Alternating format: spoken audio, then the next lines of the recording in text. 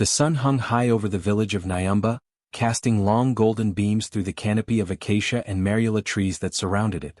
The dry red earth thrummed underfoot as if alive with the whispers of the ancestors, stirring in the roots and leaves, in the wind that carried both dust and song. Birds chattered from the thatched rooftops, and the sweet scent of roasted yams and honey cakes floated through the air. It was the time of year when the land seemed to breathe in harmony with the people, for the great festival of renewal was only days away. The festival was the most important event in Nyumba, a celebration of the spirit of the land and the mighty baobab tree that stood at the heart of the village. According to legend, the baobab had stood there for more generations than anyone could count, older even than the village itself. It was said that its roots ran so deep they touched the memory of the earth, and its branches so high they brushed the stars. On the day of the festival, villagers would gather beneath it to offer thanks, to dance, to feast, and to ask for the blessings of another prosperous year. For weeks, the preparations had been building. Women wove bright fabrics on their looms, the rhythmic clatter of shuttles filling the air with a steady beat. Men mended drums and carved new flutes. Children practiced their dance steps in groups, giggling and shouting with glee. Even the animals seemed to sense the rising excitement. Goats bleated, hens clucked noisily, and the village dogs barked playfully as if caught up in the joy of it all. Everywhere one looked, there was movement, purpose, and anticipation. Bundles of firewood were stacked high. Clay pots were scrubbed and polished to a gleam. The elderly women gathered beneath the shade of the smaller trees, their wrinkled hands busy with strings of colorful beads that would adorn the necks and wrists of the festival dancers. Stories of past festivals were retold with laughter and wide-eyed wonder, filling the younger ones with dreams of the magic that might unfold this year. Among the bustling villagers moved a slender young girl with dark eyes and a quiet smile. Her name was Asha. She moved carefully, her bare feet nimble on the warm earth as she carried a woven basket of cassava roots on her head, the cloth wrapped around her braids bright but faded with time. Asha was an orphan. Her parents had died when she was just a child, taken by a fever that had swept through the region one cruel rainy season. Since then she had lived with her father's sister, Aunt Marembe, in a small hut at the edge of the village. Aunt Marembe was not a kind woman. She ruled her household with a sharp tongue and a sharper hand. Her two daughters, Bahati and Zuri, mirrored their mother's ways, spoiled, vain, and always looking for ways to belittle Asha. They resented her presence in their home, seeing her as little more than a servant who ate their food and wore hand-me-downs. Asha bore their cruelty with quiet endurance. She rose before dawn each day to sweep the yard, fetch water from the stream, and tend the goats. When her chores were done, she would retreat to the grove of trees beyond the baobab and sit alone, weaving simple baskets or mending her few belongings. Her one true possession, the thing she valued above all else, was a simple but well-kept dress, a soft blue cotton gown that had once belonged to her mother. Though faded from years of careful washing, it still carried the faint scent of wildflowers. Asha treasured this dress more than anything, for it was the only connection she had to the love and warmth of her lost parents. As the festival drew near, Asha worked even harder to help the village prepare. She assisted the potters in kneading their clay, gathered wild herbs for the cooks, and even sang soft songs to the weavers as they crafted ribbons and belts. Though many of the villagers saw her as no more than the poor orphan girl, there were a few kind souls, Mama Nyoka, the old storyteller, and Baba Tano, the woodcarver, who smiled upon her and treated her gently. Deep in her heart, Asha dreamed of attending the festival. More than anything, she wished to dance beneath the baobab tree like the other young women of the village. She imagined the warm glow of the lanterns swaying in the night breeze, the deep, resonant beat of the drums calling to the earth, the voices rising in song. But she knew her aunt would never permit it. Aunt Marembe had already made it clear, "You? Dance with the village daughters? Ah, stay home and scrub the pots. That is your place." Still, hope flickered in Asha's heart. Late at night, when the others slept, she would take out her mother's dress, smoothing its folds with tender hands. She had spent weeks secretly mending a tear along the hem with tiny, careful stitches. The dress was plain, without the bright beadwork or fancy embroidery of her cousin's festival gowns, but to Asha it was beautiful. She imagined herself slipping it on, tying her hair with a ribbon of wild grass, and walking beneath the stars to the great tree. In those moments, her dreams soared higher than the tallest branches. Bahati and Zuri, of course, noticed Asha's small acts of hope. They watched with narrowed eyes as she lingered near the weavers or listened longingly to the dancers practicing in the square. They whispered among themselves, mocking her behind cupped hands. "Does she really think she can dance with us? In that old rag of a dress? Zuri sneered. Bahati laughed cruelly. Let her dream. It will be all the sweeter when she sees the truth. Each day the village grew more vibrant. Streamers were strung from branch to branch. Fresh paint decorated the clay walls of the houses. The elders prepared their ceremonial robes, and the drummers rehearsed late into the night, their rhythms pulsing through the darkness. The air was thick with the scent of spiced meat and brewing millet beer. Everyone, young and old, spoke of the coming celebration. Even the distant travelers from neighboring villages had begun to arrive, their colorful garments bright against the dusty paths. Asha could feel the excitement building in her bones. On the morning before the festival, she rose early, her chores finished before the sun crested the hills. She hurried to the stream, washed her mother's dress once more, and hung it carefully in the shade to dry.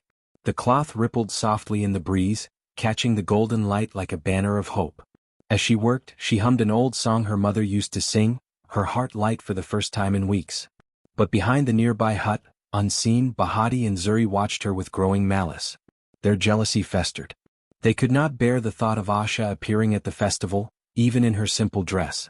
It would be an insult to their pride, a stain on their family's image. They exchanged glances, a wicked plan forming between them. She won't be dancing tomorrow, Bahati whispered, her eyes gleaming. Not after tonight. As the sun began its descent, casting long shadows across the village, Asha gathered her dress and folded it carefully, placing it in her small wooden chest. She would rise before dawn, she decided, and slip away to join the festival crowd. Her heart swelled with hope, unaware of the storm that was already brewing in the minds of her cousins. The village of Nyamba, in all its color and song, seemed poised on the edge of magic. The great baobab stood tall and ancient, its broad limbs waiting to embrace the joy of another year's renewal. And in a small hut at the village's edge, a young girl's dreams fluttered like the leaves in the wind, fragile and full of longing. In the soft light of dawn, long before the first voices stirred in the village and before the smoke of cooking fires rose into the air, Asha was already awake. She sat quietly in the corner of the small hut, her legs folded beneath her, her fingers working with delicate precision. Spread across her lap was the blue cotton dress, her most precious possession. She had laid it out the night before and risen early to finish the last repairs. Tiny stitches traced along the hem, careful and even, reinforcing the worn fabric. Where the threads had faded, she had embroidered faint patterns of vines and small blossoms with leftover scraps of green and white thread she had begged from one of the weavers. With each stitch, her heart fluttered. She imagined herself walking beneath the towering baobab tree, the stars glittering above, the sound of drums and flutes filling the night. She pictured the circle of dancers, their arms raised high, their movements graceful and free, their voices lifted in song. She imagined the scent of jasmine and burning oils mingling with the earth, the warmth of the firelight casting golden glows upon the faces of the villagers. Above all, she imagined herself among them, not as the orphan girl in rags but as someone who belonged, as someone seen. When the final stitch was tied, Asha leaned back and held the dress up to the dim light filtering through the thatched roof. The blue fabric glowed softly. Her stitches, though simple, added a touch of life to the old garment. She smiled faintly, her dark eyes bright with hope. For a moment, the weight of her years in her aunt's house, the scorn of her cousins, the pitying glances from some villagers, all of it melted away. There was only the dream of the dance, the music and the ancient baobab under the stars. She folded the dress with care and placed it once more in her wooden chest, laying a sprig of dried lavender between the folds. Then she rose to begin her daily chores, her steps lighter than usual. There was much to do before the festival. The house had to be swept, water fetched, goats tended, and cassava roots pounded into flour. But today even the heaviness of her tasks could not dim her hope. As the sun climbed higher and the village came to life, Asha worked diligently, her mind drifting again and again to the festival. In the courtyard, her Aunt Marembi sat beneath a sunshade, overseeing the final preparations of her own daughters. Bahati and Zuri flitted about in new gowns of vivid color, their hair freshly oiled and braided with beads that clicked musically with each step. They preened before polished brass mirrors, practicing their smiles, their laughter floating through the air like so many sharp needles. As Asha passed with a basket of yams, she caught snatches of their conversation. "Did you hear?" Bahati said with a smirk. "Some say the orphan plans to attend." Zuri snorted. "In that old rag of hers? She'll shame us all." Their mother chuckled darkly. "Let her try. No one will dance with her. She will only embarrass herself." Asha's cheeks flushed, but she kept her head low and her pace steady. She was used to their cruelty. It had followed her for years like a shadow. But today, beneath their scorn, there was something more, a flicker of defiance. She had worked hard for this moment. The dress was ready, her spirit strong. She would not let their mockery steal her joy. In the village square, word of Asha's intentions had begun to spread. Some had seen her mending the dress beneath the trees. Others had noticed the light in her eyes, the hope in her step. The villagers whispered among themselves, some with kindness, others with derision. Old Mama Nyoka, the storyteller, shook her head gently when she heard. Poor child. She deserves one night of happiness. Baba Tano, the woodcarver, smiled softly. If her heart is pure, the baobab will welcome her. But there were others who scoffed. A merchant woman muttered, she should know her place. An elder with a sour face grumbled, no family, no dowry, no beauty. What business has she at the festival? The words trickled back to Asha in fragments. Yet she clung to the voices of those few who spoke kindly. Mama Nyoka had always been gentle with her. And Baba Tano's quiet nods of approval had, more than once, given her strength. As the afternoon wore on, the final touches were being made to the village square. Colorful streamers fluttered from poles. Clay lanterns were hung on ropes strung between the trees, ready to be lit when the sun sank. Musicians tuned their instruments beneath awnings. The great baobab tree stood watch over it all, its immense trunk wrapped in garlands of woven leaves and blossoms. It was the heart of the festival, the place where all would gather that night to honor the spirit of the land. Toward the edge of the square, Asha lingered for a moment, her gaze drawn upward to the massive limbs of the tree. She could feel its ancient presence, strong and still. She had always believed in the old stories, that the baobab held the memory of all who had come before, that it whispered to the spirits and listened to the hopes of the living. In her heart, she sent a silent wish, that she might stand beneath its branches and feel, if only for one night, a part of something greater. That evening, back at the house, her aunt and cousins prepared for the next day. Bahati and Zuri laid out their gowns with care, their laughter sharp as they spoke again of Asha. She'll look like a beggar, Zuri said. Let her. The village will mock her, Bahati replied. Asha sat in her corner, quietly braiding her hair. She said nothing, her heart focused on her own small preparations. Her hope had not dimmed. If anything, it had grown stronger through the day. But beneath their words, a darker plot was forming. Aunt Marembi eyed Asha with narrowed eyes, her lips thin with disdain. She could see that the girl would not be dissuaded. And in her heart, she could not bear to see her late brother's child find even a moment of happiness. Asha's spirit, so unbroken despite years of hardship, stirred a bitter envy in her. She called her daughters close and whispered her plan. If she dares to wear that dress, she murmured, then we shall see that it never leaves the chest. Bahati and Zuri's eyes gleamed. The thought of crushing Asha's dream thrilled them. They would wait until the house was quiet, until Asha lay asleep, and then they would act. Unaware of their scheming, Asha prepared herself for the festival with quiet determination. When the moon rose, she knelt before her small wooden chest, gently lifting the blue dress into her arms. The fabric smelled faintly of lavender and the river breeze. She traced the stitches with her fingers, her heart full. She whispered softly into the night, her voice barely a breath. Mama Baba, tomorrow I will dance for you. In the stillness of the hut, her words seemed to linger. Outside, the village settled into sleep. But in the shadows, the hearts of her aunt and cousins stirred with ill intent. Asha lay down at last, her dreams full of the festival, of music, of dancing beneath the ancient baobab, of stars glimmering above. Hope warmed her like a secret flame. Little did she know that before dawn, that flame would be tested by the cruel hands that sought to snuff it out. The sun was beginning to dip toward the western hills, its light slanting through the village in bands of gold and shadow. The air was warm and still, carrying with it the sense of roasted groundnuts and spiced meat from the cooking fires. Final preparations for the festival were in full swing. Drums echoed faintly from the village square as the musicians rehearsed once more beneath the great baobab. Everywhere, excitement thrummed. Tomorrow would be a day of joy and celebration. Asha hurried along the well-worn path that led to the stream, a clay pot balanced carefully on her head. Her heart was light despite the weight of the water. All day, her thoughts had drifted to the coming festival. She had finished her chores early, washed her mother's dress once more, and folded it neatly in her chest. Tomorrow she would rise with the first light, slip on her dress, and join the villagers beneath the ancient tree. For the first time in years, she allowed herself to hope, to truly believe she might stand among them, not as the orphan girl but as one of their own. She reached the stream, its clear waters sparkling in the late afternoon light, and quickly filled her pot. The coolness of the water refreshed her, and she paused a moment to gaze at her reflection. Her braids were neat, her eyes bright despite the hardships of her life. For a moment she imagined how she would look in her mother's blue dress beneath the glow of the festival lanterns. Smiling softly to herself, she lifted the pot once more and began the walk home. As she neared the edge of the village, a strange scent reached her on the breeze, acrid and sharp, out of place amid the usual aromas of cooking and earth. Her steps quickened, a flicker of unease stirring in her chest.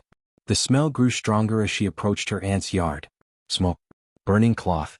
Asha rounded the corner, her heart pounding, and stopped in her tracks. There, in the center of the dusty courtyard, was a small pile of smoldering ashes. Faint wisps of gray curled into the air, carrying with them the unmistakable scent of scorched fabric. Beside the ashes stood Bahati and Zuri, their faces alight with cruel satisfaction. Bits of blue thread lay scattered in the dirt, unmistakable even in ruin. Her chest tightened. No, it could not be. She dropped the pot, heedless as it shattered on the ground, and ran forward. Her knees hit the earth beside the ashes, trembling hands sifting through them, searching for some fragment, some piece that might not be true. But the evidence was there, undeniable. Her mother's dress, the dress she had mended and cherished, reduced to nothing but blackened cloth and bitter smoke. A harsh laugh rang out above her. Bahati folded her arms, eyes glittering. Did you think you could wear that old rag to the festival? We saved you the shame. Zuri's voice joined in, mocking. Now you can stay where you belong, at home, scrubbing the pots. Tears stung Asha's eyes as she stared at the ruins of her hopes. Her fingers trembled in the ash, gray streaks smudging her skin. She looked up, her gaze meeting her cousin's. There was no remorse in their faces, only delight in her pain. Behind them, Aunt Marembi emerged from the doorway, feigning surprise. She clucked her tongue, her voice heavy with false concern. Such a pity. Who could have done such a thing? But I suppose there is nothing to be done now. You will stay here tomorrow, child. Asha's breath caught in her throat. A sob rose, but she swallowed it down. Her heart felt as if it would shatter. Without another word, she rose to her feet, her legs weak beneath her. The smoke stung her eyes, but it was not the smoke that blurred her vision. It was the weight of her grief, her helpless rage, her broken dreams. Without a sound, she turned and fled the yard. Her bare feet pounded the earth as she ran through the village, past the gathering crowds, past the voices that barely noticed the tear-streaked girl rushing by. The setting sun stained the sky with crimson and gold, but to Asha the world was cold and dark. She ran until the huts and paths gave way to wild grass and tall trees, until the voices of the village faded behind her. The forest opened before her, shadows deepening with the coming night. Breathless, heartbroken, Asha stumbled into the grove beyond the baobab, her tears falling freely now. Beneath the rustling canopy she sank to her knees, her sobs racking her slender frame. Her dreams, so carefully stitched and tended, had been reduced to ash. The dress her mother had worn, the last piece of her family, was gone. The hope that had burned in her heart had been cruelly extinguished. The forest around her whispered with the sounds of evening, the soft rustle of leaves, the distant call of an owl. The ancient baobab loomed nearby, its broad trunk and massive limbs silhouetted against the fading sky. Asha pressed her hands to the earth, her tears soaking the dry soil. In the growing darkness, alone and shattered, she whispered a single broken plea to the night. The sun had long since dipped beneath the horizon, leaving the sky awash in deep purples and fading embers. Stars began to appear, faint and scattered at first, like hesitant watchers peeking from behind a veil. In the forest beyond the village, night crept softly over the land. The cicadas hummed in long, mournful tones, their chorus rising and falling with the whispering breeze that rustled through the branches. Asha stumbled through the trees, her feet raw and scratched from stones and twigs. Her breath came in ragged sobs, each one a release of the crushing sorrow that weighed down her chest. She moved without direction, drawn only by a need to flee, to escape the smoldering ashes that once were her dreams, to outrun the cruel laughter of her cousins, the cold pretense of her aunt. The deeper she went, the thicker the shadows became, but she was unafraid of the forest. She had known these woods since childhood, had often wandered here alone to escape the harshness of her life. The trees were old friends, their branches arching overhead in silent welcome. Among them all, one towered above the rest, the ancient baobab. Even in her despair, Her steps gradually turned toward it, as if her heart guided her more than her weary limbs. There was comfort in the thought of the great tree, in the stories whispered by the old ones, that the baobab had stood since time before memory, that it held the wisdom of the earth and the spirits of those long gone. Some said its roots reached the realm of ancestors. Others believed it listened to the hopes and sorrows of the living, cradling them in its vast embrace. By the time Asha reached the base of the mighty trunk, her legs gave out beneath her. She sank to the ground, her back resting against the rough bark. The tree's girth was so great that 5 grown men could not have encircled it with outstretched arms. Its branches stretched wide into the night, their silhouettes like arms outspread to the heavens. There, beneath the shelter of the baobab, Asha wept freely. Her sobs broke the stillness of the night, raw and unguarded. She pressed her palms to her face, her tears hot against her skin. The ache within her was too deep for words. Her mother's dress, the last piece of her parents', was gone. Her hopes of standing among the villagers, of dancing beneath the lantern light, shattered and blown away like dust. I tried so hard, she whispered into the darkness, her voice barely audible. Why must they hate me so? The baobab stood silent, ancient and patient. Above her, the branches rustled faintly, though the air had stilled. The stars brightened overhead, pinpricks of light piercing the deep indigo of the sky. The forest seemed to hold its breath, as if listening. Asha's tears slowed, her body weary from grief. She leaned her cheek against the rough bark, the coolness grounding her, anchoring her sorrow to something older and greater than herself. Her heart pounded in her chest, but a strange calm began to seep into her bones, as if the earth beneath her recognized her pain. Then, as she sat there in the hush of the night, something shifted. The air around her shimmered, faint at first, a subtle ripple like heat above sun-baked earth. The sensation prickled against her skin. The forest sounds faded until only the beating of her heart and the distant hum of the cicadas remained. Asha drew in a shaky breath, her tear-streaked face lifting slowly. The shimmering deepened. A soft, golden light began to pulse through the bark of the baobab itself, faint but growing. It traced the veins of the ancient trunk, like threads of memory awakening. The roots beneath her seemed to stir, the earth shifting in gentle waves, not with menace but with curiosity, with recognition. Asha blinked, her tears forgotten for a moment. Her breath caught in her throat. From within the depths of the great tree, a voice, not a voice of words but a presence, deep and resonant, began to stir. It was like a song felt rather than heard, a vibration that thrummed in her bones and echoed in the air. Child of sorrow, child of hope. The words formed in her heart, carried on the breath of the wind though the night was still. Why do you weep beneath my branches? Asha's lips parted.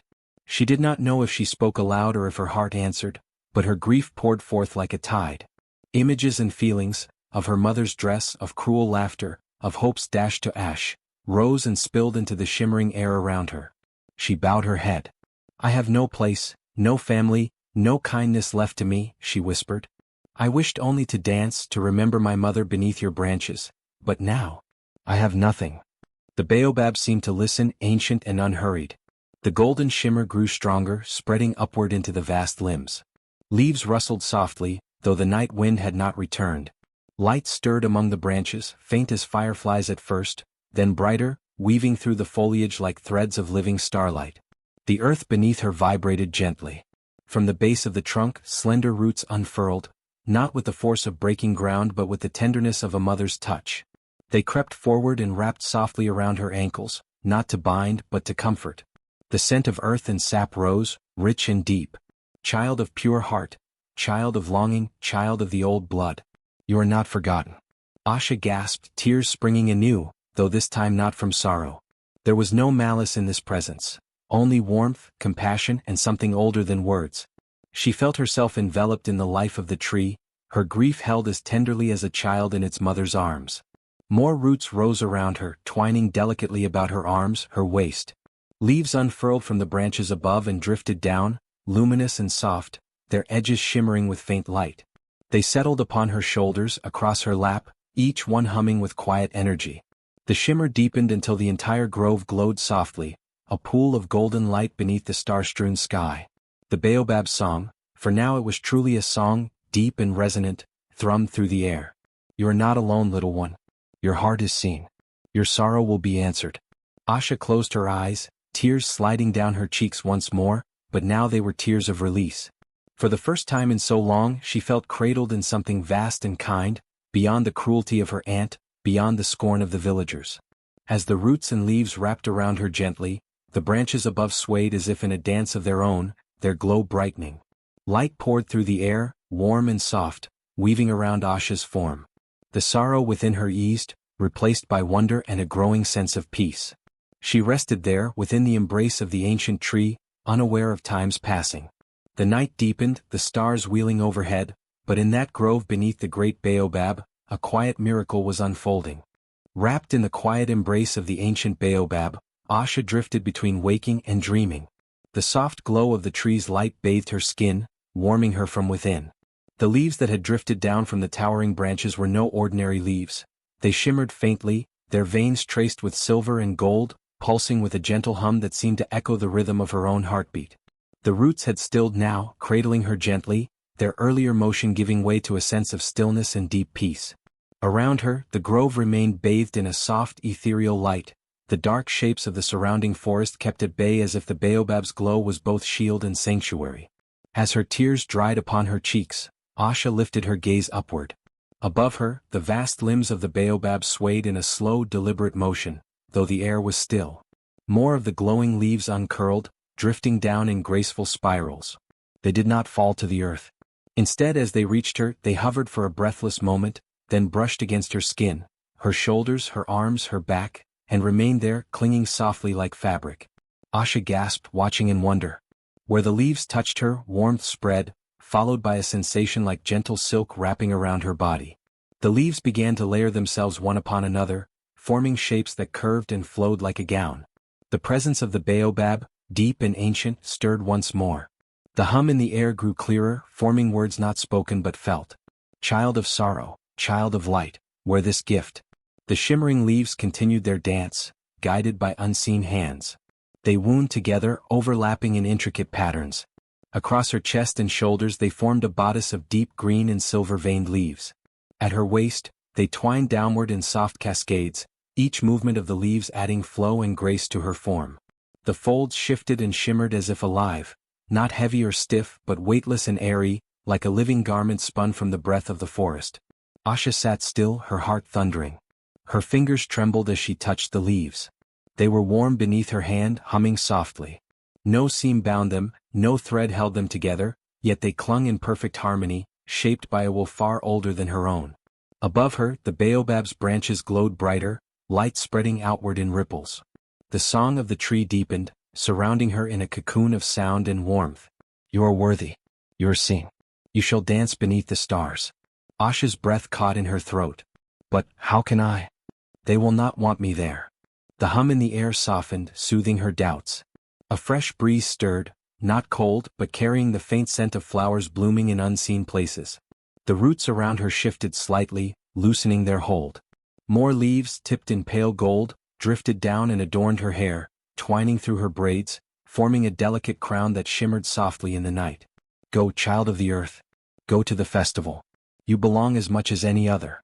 The song resonated in her heart, banishing the last shreds of her fear. Slowly Asha rose to her feet. The gown of leaves flowed with her, moving as though part of her. When she lifted her arms, the folds of the garment rippled and caught the faint starlight, casting soft reflections like sunlight through water. Drawn by an instinct she did not question, Asha stepped away from the base of the baobab. The roots gently released her, the earth solid once more beneath her feet. The grove remained alight with the tree's glow, casting long beams through the surrounding forest. Ahead, a narrow path opened between the trees, as though inviting her onward. Nearby, a small pool of water reflected the night sky, a hidden spring she had never noticed before, its surface smooth and still. Compelled, she approached the pool and knelt beside it. In the reflection she saw herself, but not the ragged orphan girl she had been only hours before. The young woman gazing back at her wore a gown of living light and green, her hair crowned with gold-tipped leaves. Her skin glowed softly in the gentle light of the grove, her eyes bright and clear, their sadness washed away. Asha reached out to touch the water's surface, her fingers trembling. Ripples spread across the pool and the reflection wavered. But the image remained, strong, radiant, new. For a long moment she knelt there, her breath shallow, her heart full. This was no illusion. no cruel trick of her imagination. The ancient baobab, the spirit of the land itself, had answered her sorrow. Where her hope had been reduced to ash, a new dream had been woven for her, one of life, of belonging. She rose once more, her gaze lifting to the starlit canopy. The baobab's song continued, steady and sure. Go now, child of light. Walk among them. Let the earth remember. Asha swallowed hard, tears pricking her eyes, not of sorrow now but of gratitude too deep for words. She placed her hand gently against the great trunk of the baobab. The bark was warm beneath her palm, pulsing faintly with life. Thank you, she whispered. Her voice caught in her throat, but her heart spoke the words clearly. Then, gathering her courage, she stepped from the grove. The gown of leaves swayed softly around her, each step releasing a faint glow that lingered in the air. The forest path welcomed her, opening before her feet. The night itself seemed brighter now, as though the stars had come closer to watch her journey. Back in the village, the first of the festival drums had begun to sound, deep, resonant beats calling the people to gather. The air was alive with excitement, with laughter and song. Lanterns swayed from the ropes strung between huts and trees, casting golden light upon the crowds already moving toward the great square. Unseen among them, Asha moved quietly through the forest, her heart steady. She was no longer the girl who had fled in despair. She was something more, not because of her gown, but because of the truth now burning bright within her, that she had worth, that her hopes mattered, that even the spirits of the land had seen her heart and answered. She would go to the festival. She would stand beneath the baobab tree. And this time no one, not her aunt, not her cousins, not even the scornful whispers of the villagers, could take this from her. The village of Nyamba pulsed with life beneath the starlit sky. The great festival had begun. The square at the heart of the village, encircling the ancient baobab tree, was alive with movement, music and the sense of roasted meat, spiced millet and honeyed cakes.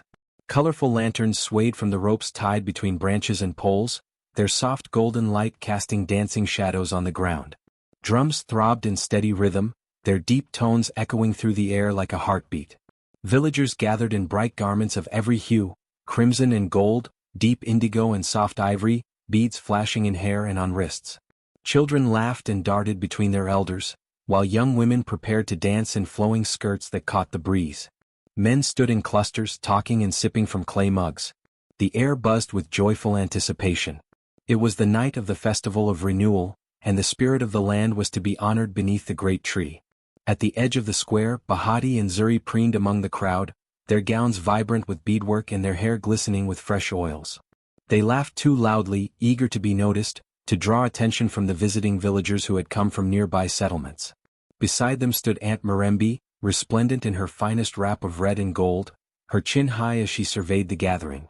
In her heart, she was satisfied. There would be no embarrassment this year, no orphan girl to sully their family's image. She will not dare show her face, Bahati whispered to her sister, eyes gleaming with triumph. Of course not, Zuri replied with a cruel smile. Not after what we did. Their laughter mingled with the sounds of the festival. Around them, the villagers spoke in low voices. Some had noticed Asha's absence, and quiet murmurs passed between them. Poor girl, said old Mama Nyoka, shaking her head. She must have lost heart. Baba Tano the woodcarver frowned. She's a strong one. I wonder. The drums continued to beat, steady and sure, drawing more people to the square. The elder of the village, Baba Juma, stood at the foot of the baobab, his white robe gleaming in the lantern light. His staff, carved from ancient wood, rested at his side. He watched the growing crowd with calm eyes, sensing the undercurrents of the night. And then, something changed. From the path leading out of the forest, a new light appeared, faint at first, like the shimmer of distant stars. The crowd grew still, voices trailing off one by one. Heads turned toward the edge of the square. The light grew stronger, not harsh but soft and pulsing, as though the very air shimmered with it. A figure emerged from the shadows, a slender young woman moving with quiet grace. The leaves of her gown rippled and shimmered with every step, glowing faintly with hues of green, gold, and silver. Her hair was crowned with golden-tipped leaves, her dark eyes shining beneath the soft light that seemed to follow her. Asha! Gasps rose from the villagers. Whispers rippled through the crowd. Is it her? Look at her, the leaves, they glow. It is the work of the spirits.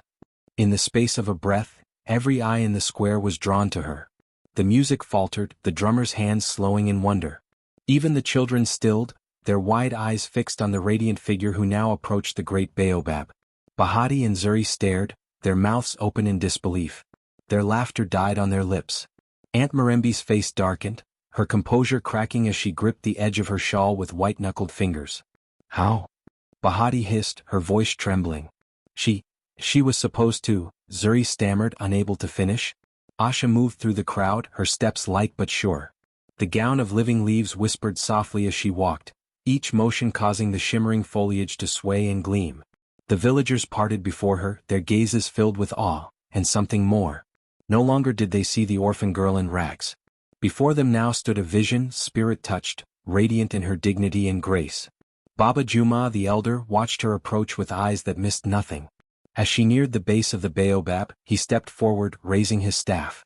His voice, deep and resonant, carried across the silent square. "Child of the forest, who comes before the spirit of the land?" Asha paused, her heart steady.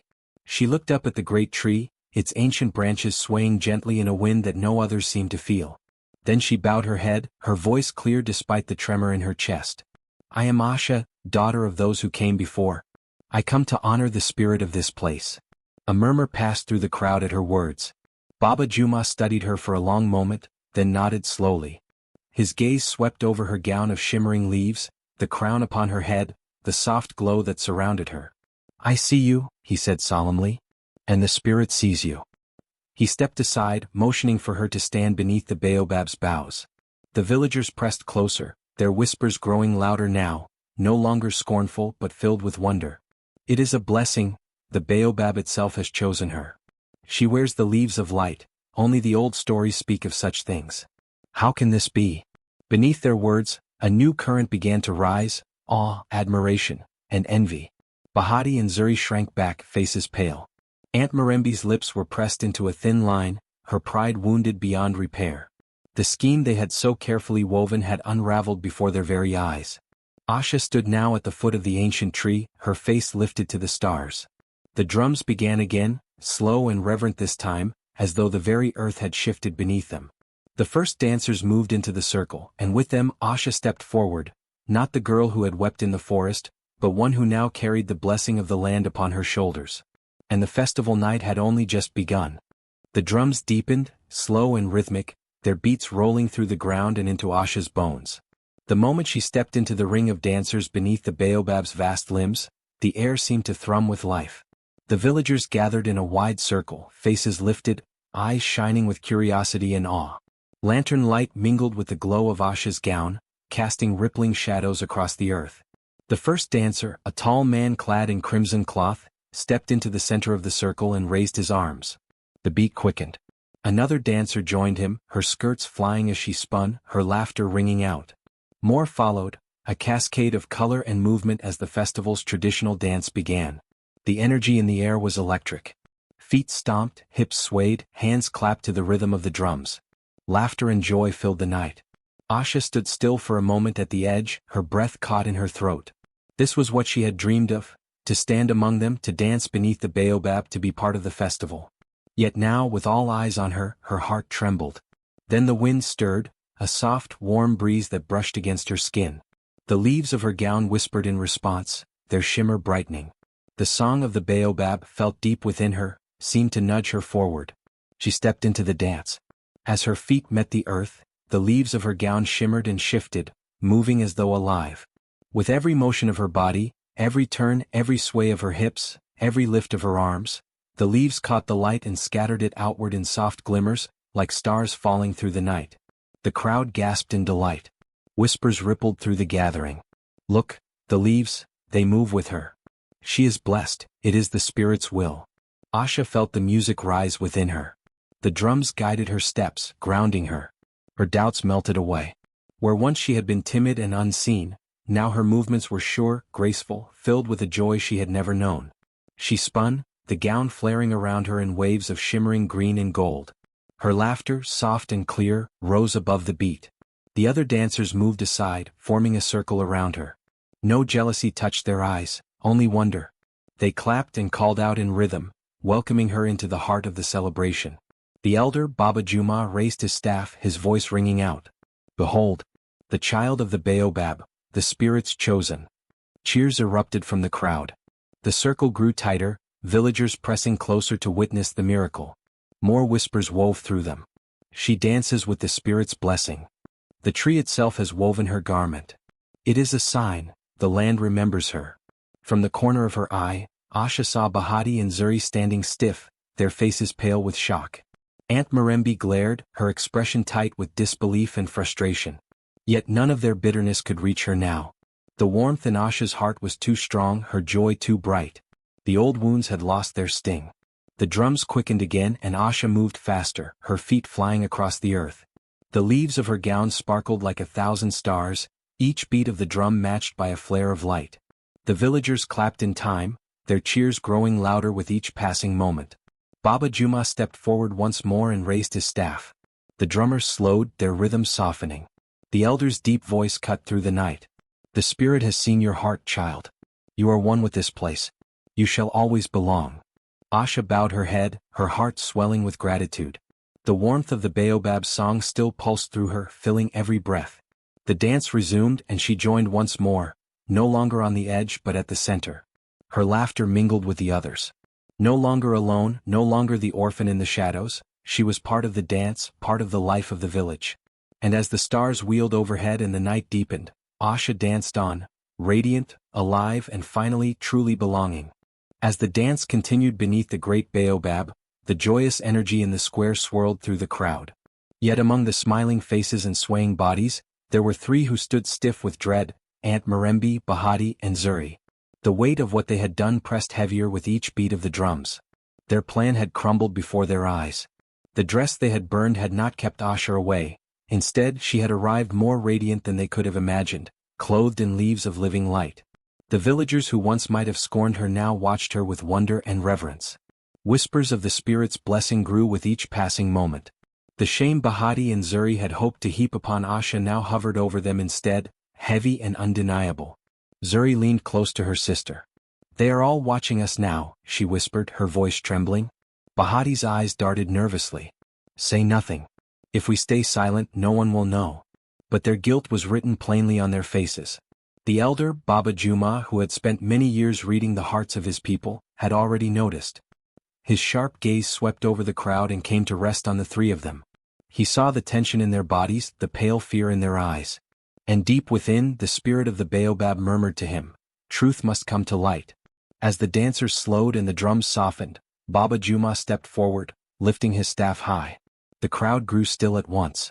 Even the youngest children fell silent, sensing the change in the air. People of Nyamba, Baba Juma called, his voice strong and clear, this night we have witnessed a wonder. The spirit of the land has blessed this child. He gestured toward Asha, who stood beneath the baobab, her gown still shimmering softly. A soft murmur of agreement rippled through the crowd. But such blessings do not come without cause, Baba Juma continued. There is truth yet to be spoken. He turned slowly, his gaze resting on Aunt Marembi and her daughters. The silence thickened. Marembi, he said, his tone like iron wrapped in silk. You and your household, tell us now, why did this child not wear the dress of her mother this night? The color drained from Marembi's face. Her lips parted, but no words came. Bahati's hands twisted in her skirts. Zuri looked to her mother, eyes pleading. The crowd, sensing something amiss, began to murmur again, curiosity sharpening into suspicion. Marembi, Baba Juma pressed, his voice deeper now. The truth.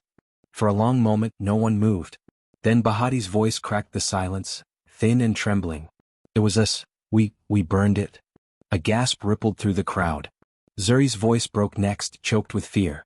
We didn't want her to come. We thought. Marembi whirled on them, her face twisted with fury and desperation. Fools! You would shame me with your tongues? But the elder raised his staff once more, silencing her. Enough, Baba Juma commanded. He turned to the villagers. You have heard. Through cruelty and jealousy, they sought to destroy what little this child had.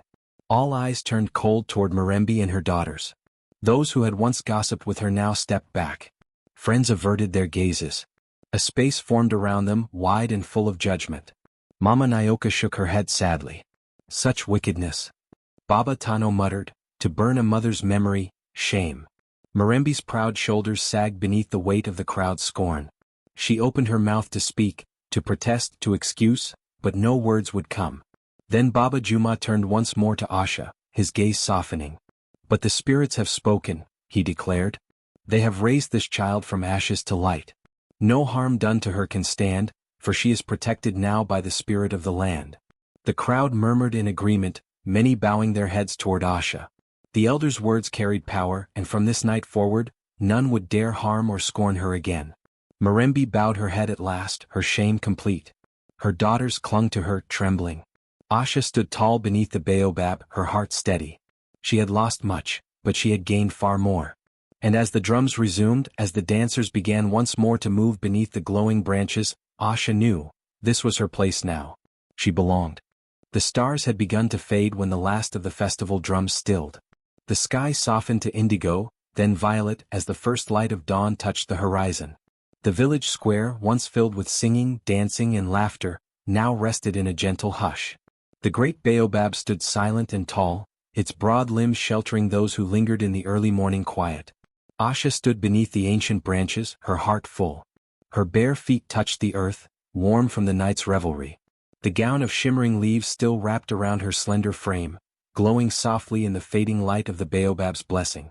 But even as she watched, a gentle warmth spread through her body, a new sensation, soft and tender, like the earth itself breathing beneath her skin. She looked down. The leaves of her gown trembled, then loosened. One by one they began to release from the garment, drifting into the air.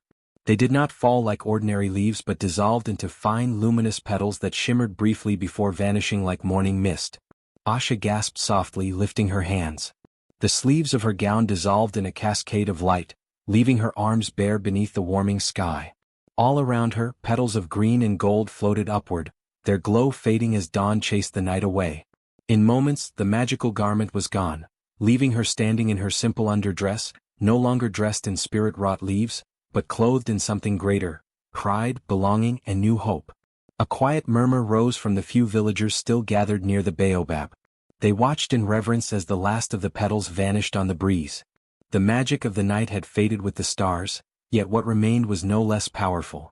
Asha stood tall, her chin lifted, her eyes bright in the first light of day. Then a voice broke the stillness, warm and kind. "Come, child," said Mama Nyoka, stepping forward. Her arms were laden with folded cloth, a beautiful wrap of soft blue and gold, freshly woven. "You cannot greet the sun in so little." She smiled and offered the garment. "Take this. It is yours." Asha blinked, her heart swelling. She took the cloth with trembling hands. "Thank you," she whispered. From the crowd, others came forward. The baker with a small loaf wrapped in leaves, the potter with a beaded necklace, the weaver with finely spun thread. One by one they offered small gifts, tokens of friendship, of welcome. No longer was Asha the orphan girl at the edge of the village. She was one of them now. Even Baba Juma approached, his staff in hand. His wise gaze met hers, filled with quiet approval. "You have shown great courage, Asha," he said. "You have honored the spirit of the land with your heart. The people see this now." He paused, then added, "If it pleases you, there is a place among the weavers for one with hands as careful as yours. Will you accept it?" Asha's breath caught. The weavers were respected, creators of beauty, their work known across many villages. To be offered a place among them was an honor beyond anything she had dreamed. She smiled, a smile full and bright, no longer shadowed by fear or sadness. "I would be honored, elder," she said softly. The gathered villagers murmured in approval. Mama Nyoka clasped her shoulders. "You will do well, child." As the sun rose higher, its golden rays spilling over the square, the last of the night's bitterness faded. Even Aunt Marembe, standing on the edge of the crowd, could not speak. Shame bowed her head, and though Asha saw her glance in her direction, no words passed between them. It no longer mattered. Asha wrapped the new garment around herself, the soft cloth hugging her frame. She felt strong, light, and free, as though the earth itself had lifted her burdens and left her standing in a new life. The festival drew to its close. The villagers, smiling and weary, returned to their homes, their hearts light. The spirit of the baobab had blessed them all, and harmony had been restored. Asha lingered a moment longer beneath the great tree, her gaze lifted to its ancient limbs. The breeze stirred the leaves, and though no voice spoke aloud, she felt the warmth of the baobab's song once more, gentle, steady, always present. With a heart healed and a spirit renewed, Asha turned and walked into the light of her new beginning. The days that followed the festival dawned bright and warm. The village of Nyamba buzzed with new energy, and wherever Asha walked now, she was greeted with smiles and kind words. The old ones nodded to her with respect. The children followed her with curious eyes. Her new place among the weavers brought her purpose and joy, her fingers deft and quick, her heart light with each piece she created. But though the village had changed and her life had begun anew, Asha had not forgotten the one who had answered her sorrow, the ancient baobab tree whose spirit had given her hope when all seemed lost. On the 7th morning after the festival, as the sun climbed through a clear blue sky, Asha rose early. She wrapped herself in the soft blue and gold garment gifted to her and walked quietly through the forest, her feet knowing the path by heart. The woods welcomed her, leaves rustling in greeting, birds singing overhead. When she reached the clearing, the great baobab stood as it always had, tall and timeless, its massive roots sinking deep into the earth. The sunlight filtered through its broad branches, dappling the ground with gold. Asha approached and placed her hands gently upon the bark. The rough texture was warm beneath her palms, pulsing faintly with life. She closed her eyes, her voice soft with gratitude. "Thank you," she whispered, "for your kindness, for seeing me, for giving me strength when I had none." The breeze stirred the leaves and a soft shimmer of light traced through the ancient limbs. Though no words spoke aloud, Asha felt the tree's presence, deep and steady, a hum that filled her chest and warmed her heart. "Child of the earth, your heart is known. You are never alone beneath these skies." Asha's breath caught, tears pricking her eyes. She rested her forehead against the trunk, a smile breaking across her lips. "Will you watch over me still?" she asked softly. The leaves above stirred again. A single, luminous leaf drifted down, golden-tipped, glowing faintly as it fell. It landed upon her shoulder, warm and light as air. "Always." Asha bowed deeply, her heart overflowing with gratitude. The wind picked up then, swirling gently through the clearing. For a moment, tiny motes of light danced in the air, soft as fireflies, before fading into the breeze. From that day on, Asha's life was forever changed. The villagers no longer spoke of her as the orphan girl, but as one beloved by the spirit of the land. She became a respected weaver, her hands crafting garments that seemed to carry a bit of the baobab's magic within them. Her laughter rang bright in the market, and her smile warmed even the coldest hearts. And each year, when the festival of renewal returned, it was Asha who led the first dance beneath the great baobab.